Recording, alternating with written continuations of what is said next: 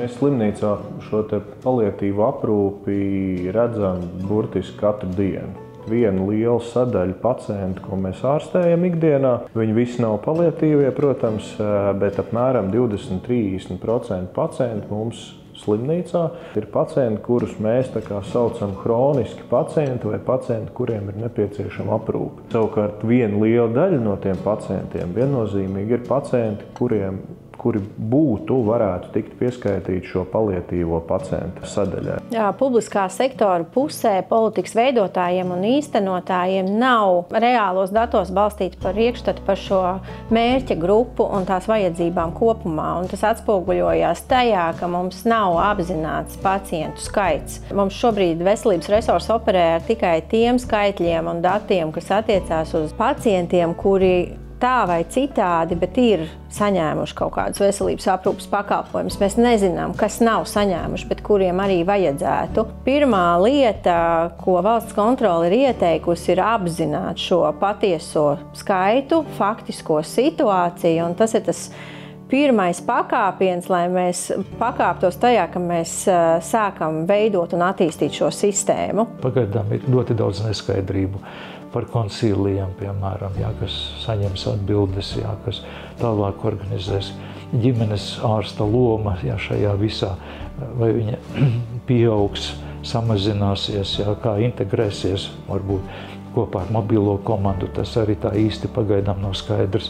Sistēma ir ļoti sadrumstalota, un es domāju par to, cik bezpalīdzīgā situācijā nokļūst pacients un viņa tuvinieki. Mēs varam spriest pēc tā, cik raiti valsts kontroles revidentiem veicās ar šo revīziju. Proti, ar visām mūsu zināšanām, prasmēm un informācijas pieejamību, kas ir tikai revidentiem, tas prasīja vairāk kā gadu noorientēties, ko, kur un kas var saņemt Latvijā paliatīvajā aprūpē. Tāpēc tur darāmā vēl ir daudz, bez šaubām, ka informācijas pieejamībai ir jābūt. Bet šobrīd pacients ar tuviniekiem nonāk lūdzēja lomā, izmisīgi meklējot, kur vispār kaut ko var saņemt.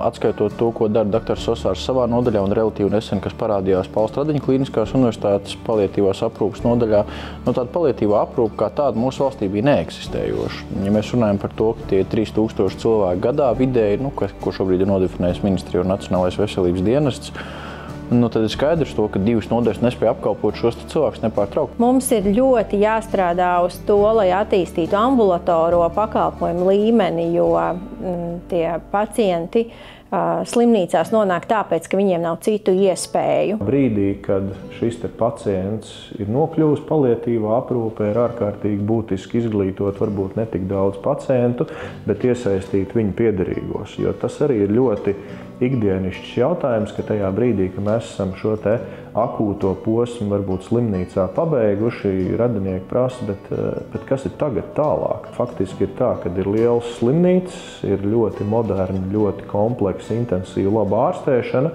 un tālāk ir zināmā mērā bezdibens. Šis te pacienta ceļš, kā mēs to varam nosaukt, viņš ir vēl tāds ļoti bedrains un akmeņēns. Jo piederīgie pieder pie aprūpes vienības, tātad neiztrūkstoši. Kādreiz tas darbs ar piederīgiem ir nesalīdzināmi lielāks nekā ar pacientu. Pacients jau varbūt vairs nav pie apziņas īsti, un piederīgie tad ir satraukti, kas noticis, kāpēc tas tā ir. Arī ļoti bieži ir pārmetumi tādā ziņā, kad atvedām uz slimnīcu, tad viņu vajag izārstēt obligāti. Nevienmēr to var izdarīt, bet noņemt ciešanas. Tātad gan fiziskas, psihiskas, sociālas, eksistenciālas vai garīgas. Tā jau ir komanda. Tātad šaurākā nozīmē, plašākā nozīmē mums ir nepieciešami ķirurgi, staroterapeiti, ķīmijterapeiti. Tātad būtībā tā ir integrāla sistēma. Un jāsaka, šajā komandā milzīga loma ir māsām. Izglītotām māsām, kuras ir spējīgas pieņemt lēmumus, un kā mēs to angliski sauc par on the top of the license, vai respektīvi, kad faktiski māsa zināmā mērā jau iet tajās ārsta pilnvarās iekšā, bet, protams, te ir ārkārtīgi svarīga vēlreiz izglītība, jo māsa var izdarīt ārkārtīgi daudz, un daudzās Eiropas un pasaules valstīs māsa arī raksta medikamentus pacientiem, kas neapšaubām šo te aptveru un pieejamību paliatīviem pacientiem var uzlabot. Nereti ir nērti lūgt palīdzību. Ir cilvēki raduši, ka viņi tiek galā pašu spēkiem, bet vienā brīdī saprot, uz darbu man ir jāiet, man ir jāturpina strādāt, man ir jāturpina tas, cilvēkam kļūst sliktāk, viņam ir vairāk vajadzīga uzmanība, un tad viņi sāk meklēt. Ja? Un pat ar visu to, ka viņam tas koncīlija lēmums ir, dažkārt pie mums viņi atnāk novēloti tīri tāpēc, ka viņi ļoti, ļoti cenšas paši tikt galā saviem spēkiem, saviem resursiem. Tas ir pacienta interesēs maksimāli ilgi palikt mājās. Tā ir viņa vēlme un tā ir viņa interese palikt vietā, kas viņam ir pazīstama, kur viņam ir pazīstami piederīgie, kur viņam ir cilvēki, kas viņam mīļi un tuvu apkārt, nevis, ka viņš attopās pēdējās savās 3 dzīves dienās slimnīcas nodaļā ar vēl 4 cilvēkiem palātā, kurus viņš nekad dzīvē nav redzējis. Un lai vai cik labi slimnīcas darbinieki un kolēģi nodrošinātu to darbu, ir skaidrs, ka mēs tāpat ik viens, kad tā stunda mums pienāks, gribēsim sagaidīt to savu liktenīgo dienu sev komfortablos apstākļos, kur tad vēl cilvēkam komfortablāk apstākļi nekā mājas. Šis gads iedeva to, ka tieši parādījās mājas aprūpē, jo lielākā daļa pacientu tomēr atrodas mājas aprūpē. Tad vismaz 90% ir ambulatori un neatrodas institūcijās. Un līdz ar to, ja tagad parādījās mājas aprūpē, viņa sāk attīstīties, tie ir tātad ļoti lieli, ārkārtīgi svarīgi projekti. Tas ir optimisms. Tas ir bumba vienos vārtos. Cilvēks, kurš ir uzzinājis, ka viņam ir neizārstējama un dzīvību apdraudoša slimība ar tādu sliktu potenciālu īsākā vai ilgākā laika periodā, viņam ir vajadzīga noteikti arī mājas vide, varbūt palīdzoši ļoti psiholoģisks, garīgs, iejūtīgs atbalsts un, protams, fiziskā aprūpe, nerunājot par kaut kādām specifiskām atsāpināšanas lietām. Ministrijas sadūšojās un sāka veidot mobilās komandas un piesaistīt cilvēkus. Tas, man liekas, ir tāds nākošais ārkārtīgi svarīgs etaps, jo būtībā sāk veidoties kā sistēma.